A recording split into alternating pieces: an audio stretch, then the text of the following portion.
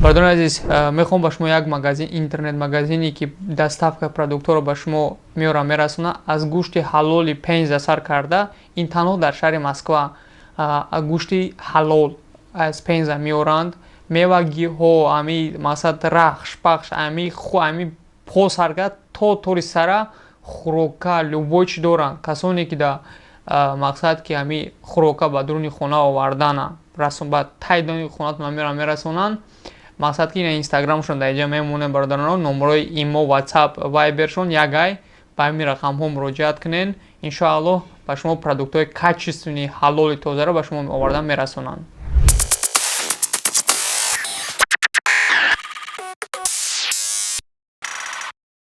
Ассалому алайкум бародари азиз, шумо дар канали Добрии Таҷик, бо шумо маем Назар.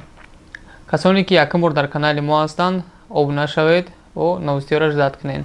Бародари азиз, хеле медонед ки карантин аз 15 март то 15 июн тасмим гирифтанд ки карантин барои мигрантҳое ки патент бояд намеспориданд ҳами темо буданд.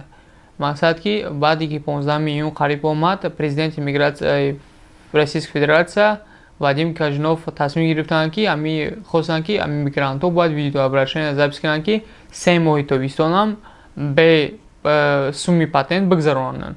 Аммо мақсад ки қонуни президенти Россия Владимир Владимирович Путин қонун бироварданд ки патента бояд мигрантҳо аз 15 июн уса биспоранд ва одамое ки фақат то 15 сентябра бояд регистратсияро продлит карда. Касоне ки регистратсияшон вуҷуд шудагиай о то 15 сентябра метавонанд озод дар масад Россия бигарданд. фарқ надорад шумо дар кадом областен, дар Москваен, дар Хабаровскен, дар Краснодарен, ҳама ҷо қонун президент барои ҳамаи Россия қонун астай. Баъд нафарҳое ки мегӯянд ки ака мо моҳи марда спорида будем ё ки суми мо чӣ шид, бародарон ҳар яктон медонед дар лични кабинети мақсад патентон метавонед дида ки ҳамуҷада сумои шумо сухтагӣ нестай. вақте ки шумо моҳи мақсад ай 15 март уса сум спорида бошен, ва автоматически моҳи июн да гузаштагианд. мақсад ай 15 июн уса хитон будонед дар дуруни лични кабинетҳои патентон проверка кунед, сумои шумо сухтагӣ нестай. ташвиш накашен, ҳамашон хуб астай. бародарон азиз, хеле медонед аз 15 июн касоне ки я бурга такрор мекунем, касоне ки регистрашон тамом шудагиай ва 93 рӯз дига метавонанд дар Россия бошанд. 93 рӯзаш то 15 моҳи ҳамин сентябр астай. барои ҳамқа ба нашод регистратсия ғам нахӯрен, не ки суми патента ҳатман биспорен. барое ки суми патента ака адмит накардан оз яка мумкин чӣ мегӯянд даву доранд ки мумкин ҳамишан бигиранд, но айни ҳол ҳеҷ ка адмит кардаги нестай. суми патента биспорен, регистратсия автоматически продлит то сентябра.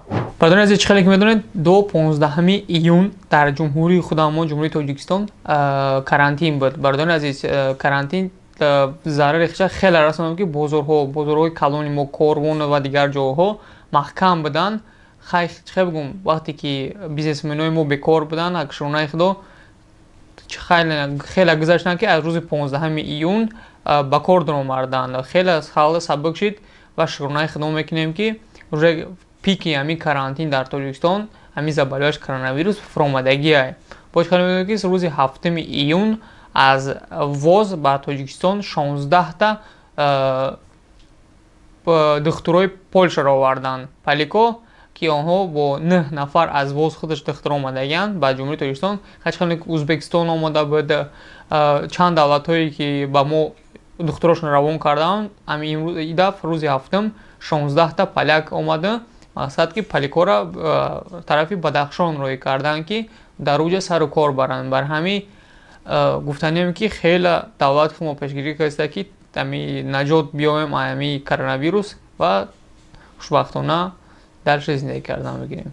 як хабари дига ки шумо ҳаматон медонед, бародари азиз, якчанд рӯз пеш як бародари тоҷики мо дар шаҳри Уфа ки бо ёрдам додани як тифли дигара мехост ёрдам бида ки бародар мо дар об ғарқ шид, поступки героически кард, но чӣ бигӯм, мутаассифона бародар мо аз дунё гузашт.